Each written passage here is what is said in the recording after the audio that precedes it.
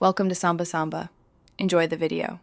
You start by confirming your Google account and that Meet is available. This saves time later. Open Google Calendar or go directly to Meet. Google.com, create an event and add a title so guests recognize it. Then add attendees by email or invite groups. This ensures automated notifications. Next, enable Google Meet conferencing with a single click. Once done, the event will show a Meet link. Make sure to set the correct time zone, because mismatches prevent participants from joining at the right moment.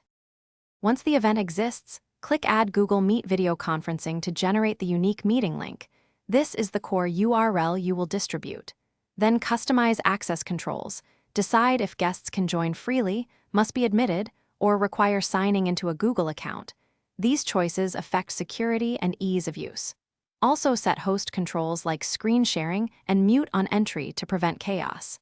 After configuring, copy the Meet link or use Calendar's Add Guests function to automatically include the link in email invites. To finish, distribute the Meet link through your preferred channel, email, chat, or calendar invite, so recipients have a clickable entry point. Start the meeting a few minutes early to verify camera, microphone, and participant permissions. This confirms the link works across devices.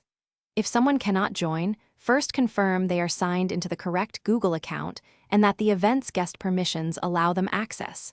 If problems persist, regenerate the link or add the person directly as a guest to resolve access issues quickly. Thanks for watching. Consider subscribing if we helped you.